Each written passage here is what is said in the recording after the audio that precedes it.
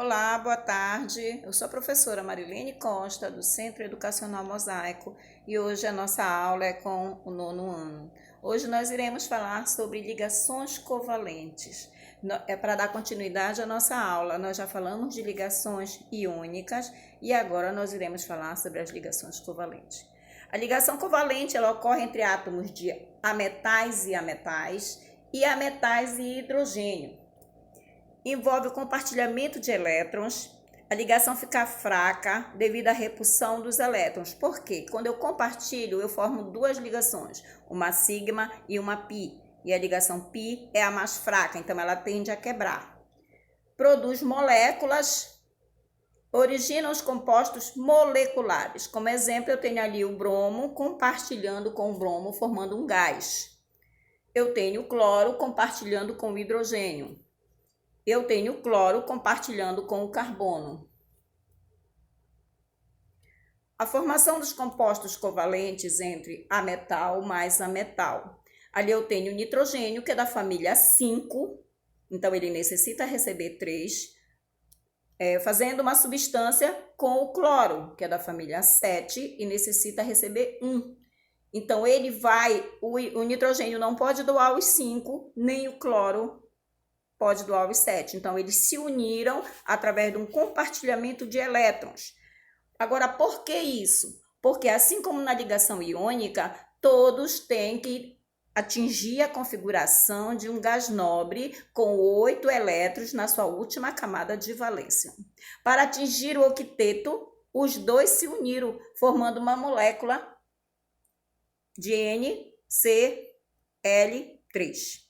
A molécula aqui embaixo do dióxido de carbono. Como nós sabemos, o carbono é da família 4, ele compartilha os elétrons dele, tanto que nós temos uma química só para ele, que é a química do carbono, e ele vai compartilhar os seus elétrons com o oxigênio, que é da família 6 e necessita ganhar 2. Os dois são ametais. Agora, como é que se dá essa formação dos compostos covalentes entre o hidrogênio e um ametal? Nós sabemos, e já foi explicado, que o hidrogênio está presente em toda a tabela periódica, porque ele tem uma necessidade muito grande de se estabilizar por só ter um elétron. Então, ele está ali na formação da água, fazendo a molécula de água, compartilhando seus elétrons com o oxigênio. Nós vemos ali a formação do gás hidrogênio, tá? Ele combinou e formou o H2, que é o gás hidrogênio. E também na formação da amônia, quando o nitrogênio, com 5 elétrons, se juntou a 3 hidrogênio, compartilhando os elétrons. Ele não está doando, ele compartilha os elétrons. Vamos ver os tipos de ligações covalentes. Em relação à quantidade de pares eletrônicos compartilhados, as ligações covalentes são classificadas em simples, quando eu só faço uma ligação, quando eu só compartilho uma vez, tá? Aí vai dizer, tia, mas ali o oxigênio está compartilhando 2 vezes, mas é com elementos diferentes. Eu tenho dupla, quando eu compartilho com o mesmo elemento 2 vezes, ali no caso da formação do dióxido de carbono. Aqui na formação do gás oxigênio, tá? Que eu compartilhei 2 vezes com o oxigênio. E aqui embaixo eu tenho a tripla ligação, é quando eu compartilho 3 pares de elétrons. No caso ali, eu estou fazendo o gás nitrogênio, eu compartilhei 3 vezes, então eu fiz uma tripla ligação.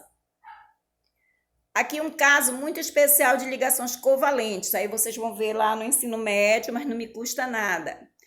Todos os exemplos de compostos covalentes que vimos até o momento apresentam ligações covalentes normal, em que os elétrons do par de elétrons compartilhado provém de cada um dos seus átomos ligantes. Olha só, como eu só fiz uma ligação, eu tenho uma ligação covalente normal.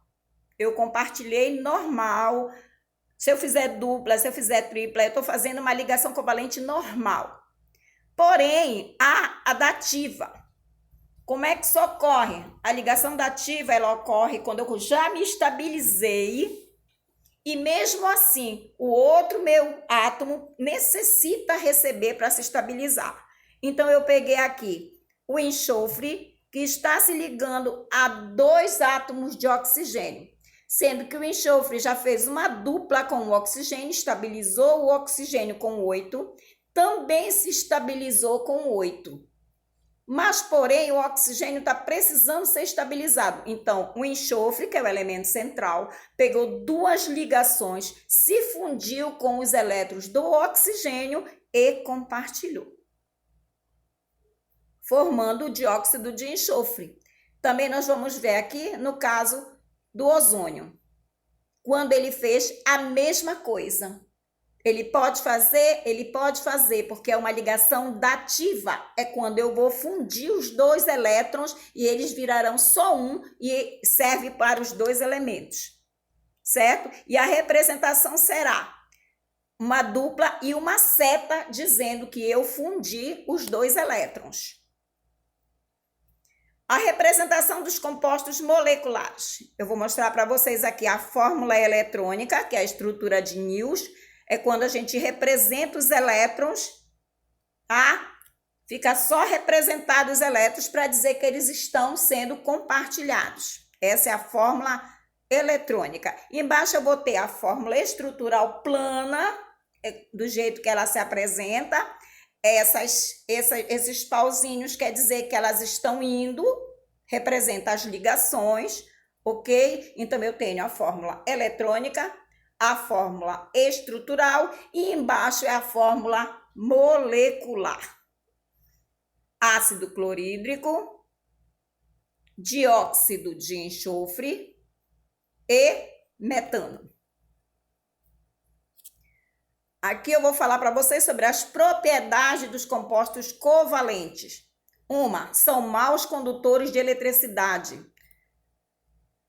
São átomos formados por moléculas e não por íons. Já é diferente da iônica, porque a iônica é a doação de íons para virar cátion.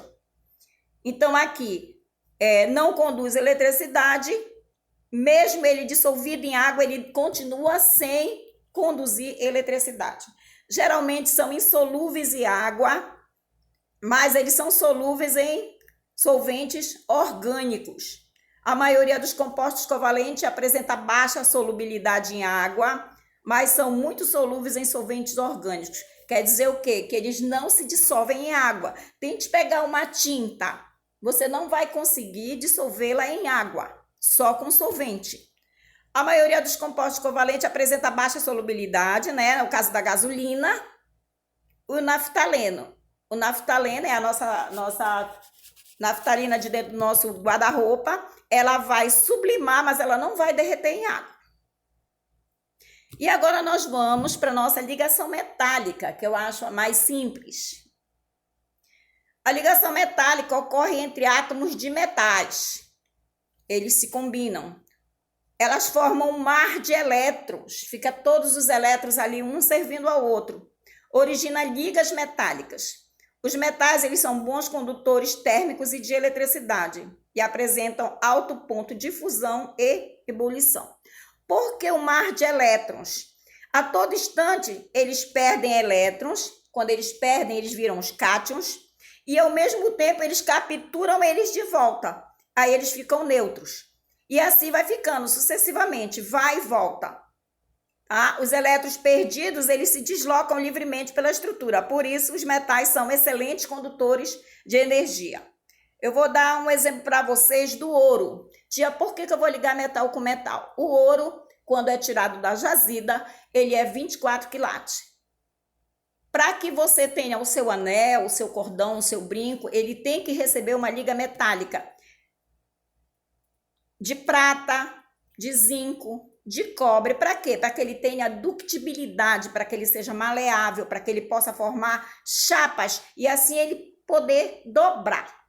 Então, para que isso ocorra, ele tem um alto ponto de fusão, ele tem que ir a uma temperatura muito alta para ele poder se fundir.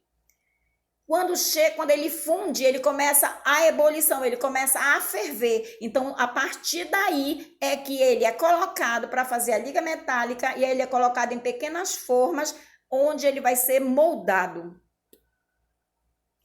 Então, para relembrar, a ligação metálica ocorre entre metais. A camada de valência da maioria dos metais é 1, 2 e 3. Lembrando que eles vão se unir também os nossos metais de transição. Muito obrigado, a nossa aula foi excelente, nos veremos no Zoom. Nós temos atividade da página do livro 236 e 237 e também eu tenho 2 questões lá no portal. Muito obrigado, nos vemos daqui a pouco no Zoom.